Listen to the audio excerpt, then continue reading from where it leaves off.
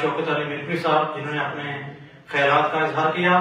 حضرات گرامی، یہ چند اعلانات ہیں وہ سماعت فرمائیں۔ صوفی محمد یوسف صاحب کی حاجی محترمہ نے مسجد کے لیے 20 پاؤنڈ، صوفی اعظم صاحب 43 کلف اسٹریٹ والوں نے مسجد کے لیے 20 پاؤنڈ، حاجی محمد اعظم صاحب موری کلیال والوں نے بھی مسجد کے لیے 20 پاؤنڈ کا عطیہ پیش کیا۔ اس کے علاوہ قبلہ پیر صاحب کی بلندی درجات کے لیے مکمل قرآن پاک جو ہیں وہ 20 پڑھ کر کیے گئے ہیں۔ اس کے علاوہ لاتعداد مرتبہ دیگر وظائف، صورتیں اور اوراد پڑھ کر دیے گئے ہیں۔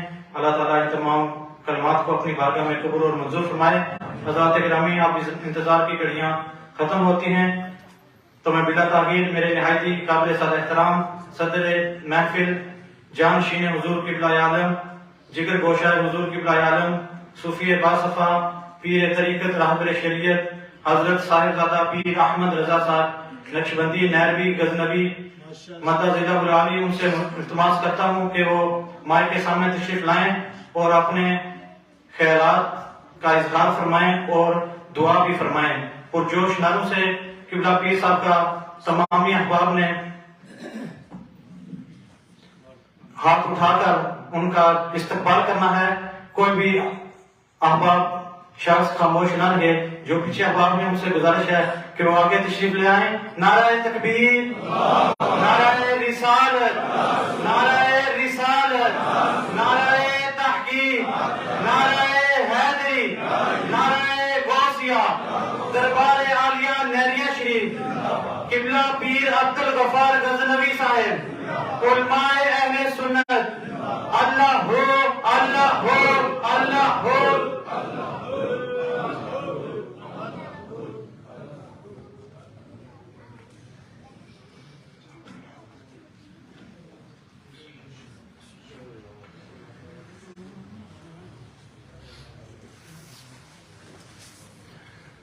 الحمدللہ رب العالمین والعاقبۃ للمتقین والصلاة والسلام علی رسولہ الکریم۔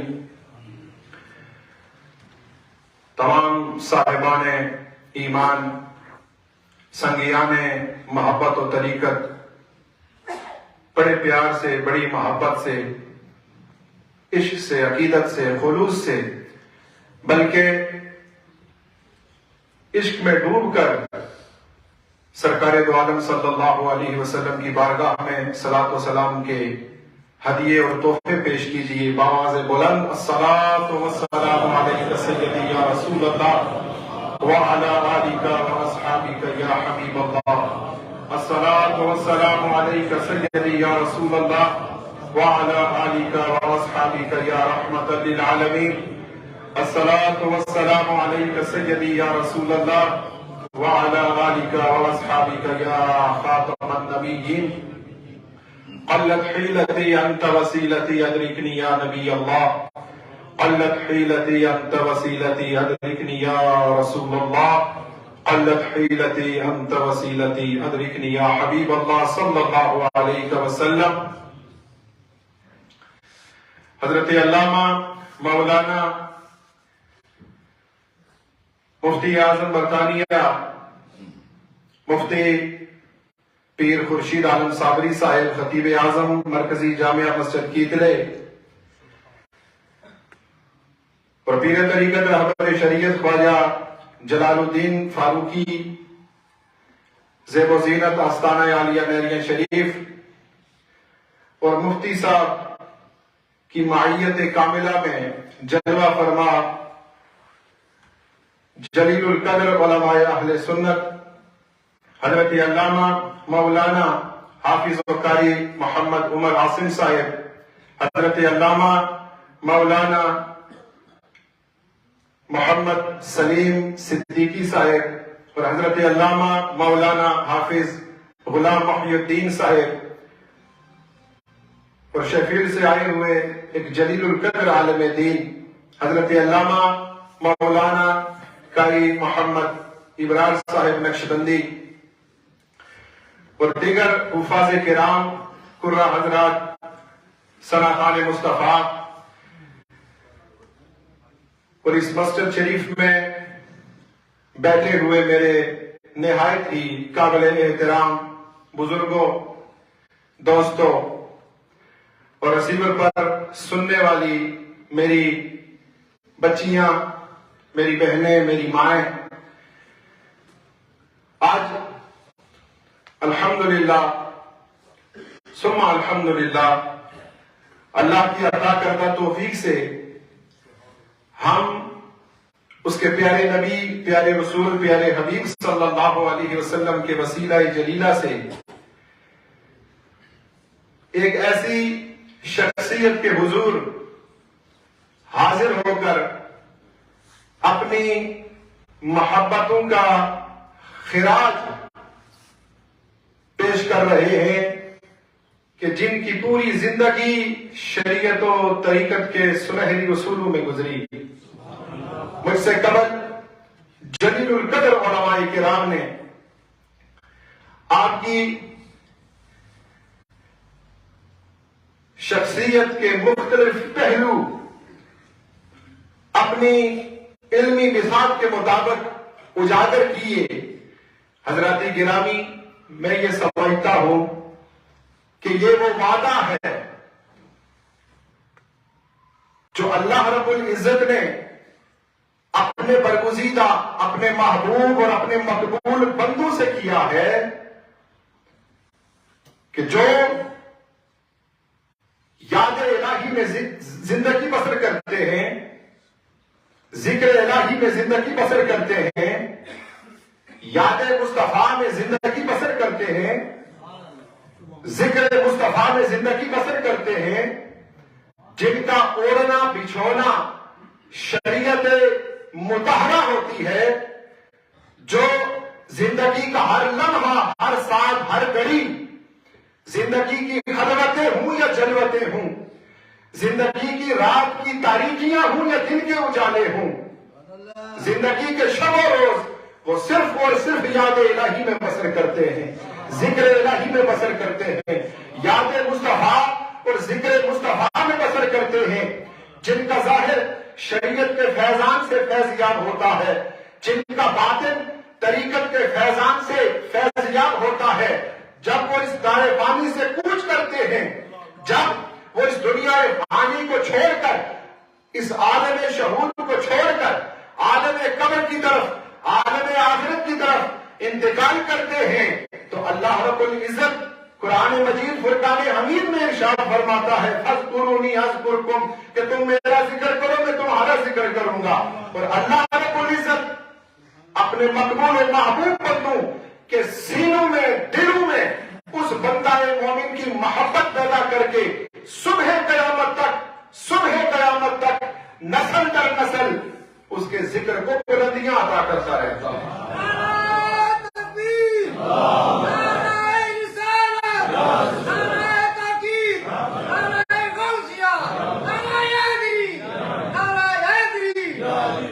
حضرات گرامی، روحانیت ایک ایسی حقیقت ہے جس حقیقت سے کوئی بھی انسانی انحراف نہیں کر سکتا۔ جس طرح یہ کائنات کا ایک ظاہری نظام ہے، ایک کائنات کا ظاہری نظام ہے جسے حکومتیں چلا رہی ہیں، جسے بظاہر نظر آنے والے اسباب و عوامل چلا رہے ہیں، لیکن اس کائنات کا ایک باطنی نظام بھی ہے، اور اس کی حیثیت ایک جسم کی طرح ہے۔ جس طرح ہمارا جسم ہے، یہ ہمارا ظاہر ہے جو ہمیں نظر آ رہا ہے، یہ ہمارا در ہمیں نظر آ رہا ہے، لیکن اس در کو چلانے والی روح ہے جو ہمیں نظر نہیں آ رہی۔ اس در کو چلانے والی ہماری روح ہے جو ہمیں نظر نہیں آ رہی۔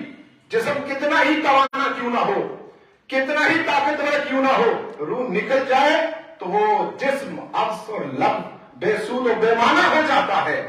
اسی طرح اس کائنات کا ایک ظاہری نظام ہے جسے ہم دیکھتے ہیں، لیکن وہ جسم کی مانند ہے، اس جسمانی دھڑ کی مانند ہے، اور اس کائنات کے ظاہری نظام کو چلانے والی روحانیت ہے اللہ کے برگزیدہ محبوب و مقبول بندے ہیں۔ صرف ضرورت اس امر کی ہے کہ ان کو پہچانا جائے، اور پہچاننے کے بعد ان کی بارگاہ میں زانو تلمس طے کیا جائے، زانو ادب طے کیا جائے، ان کی بارگاہ میں حاضر ہو کر ان کے ظاہری اور باطنی فیضان سے اپنے قلوب کو منور و معطر کیا جائے، ارواح کو منور و معطر کیا جائے۔ حضرات گرامی، اور ان اللہ کے برگزیدہ محبوب اور مقبول بندوں کی پہچان کا طریقہ کیا ہے؟ حضور نبی کریم صلی اللہ علیہ وسلم کی ایک حدیث پاک اور اس کا مفہوم آپ کی نظر کر کے انشاءاللہ اللہ کی بارگاہ میں دست دعا بلند کر دیں گے۔ حضرات گرامی، سرکار دو عالم صلی اللہ علیہ وسلم نے صحابہ کرام رضوان اللہ تعالی علیہم اجمعین کو مخاطب کر کے فرمایا کہ کیا میں تمہارے بہترین ہم نشین لوگوں کا پتہ نہ بتاؤں؟ کیا میں تمہیں تمہارے بہترین ہم نشین لوگوں کا پتہ نہ بتاؤں جن کی مجالس تم اختیار کرو، جن کی محافل اختیار کرو، جن کی بارگاہ میں زانو ادب طے کرو، زانو تلمس طے کرو، جن کی بارگاہ میں تمہیں دین اور دنیا کی نعمتیں میسر آئیں؟ اللہ اکبر۔ تو سرکار دو عالم صلی اللہ علیہ وسلم کے اس ارشاد گرامی پر صحابہ کرام لبیک کہتے ہوئے عرض گزار ہوئے، یا رسول اللہ ارشاد فرمائیے، یا حبیب اللہ ارشاد فرمائیے، یا نبی اللہ ارشاد فرمائیے۔ تو سرکار دو عالم صلی اللہ علیہ وسلم نے 3 خوبیاں بیان کی۔ کتنی؟ 3 خوبیاں بیان کی جن کے اندر یہ 3 خوبیاں بدرجہ عدم موجود ہوں گی، وہ تمہارے بہترین ہم نشین لوگ ہوں گے۔ ان کی مجالس ضرور اختیار کرنا، ان کی محافل ضرور اختیار کرنا، ان کی بارگاہ میں ضرور زانو تلمس و ادب طے کرنا، کیونکہ ان کی بارگاہ میں جا کر تمہیں دنیا کی دولت بھی ملے گی، دین کی دولت بھی ملے گی۔ اور وہ دنیا کی دولت جو دین کی دولت سے محروم کر دے، حضرات گرامی، وہ دنیا کی دولت یقیناً ایک فتنہ ہے، لیکن دنیا کے کسی بھی بازار میں چلے جاؤ، آپ کو ہر بازار میں وہ دولت ملے گی جو آپ کو دین کی دولت سے دور کر دے گی۔ صرف ایک اللہ والوں کی بارگاہ ہے، جس بارگاہ میں دنیا کی خاطر جاؤ گے تو دنیا کے توسل سے اللہ رب العزت دین بھی عطا کر دے گا۔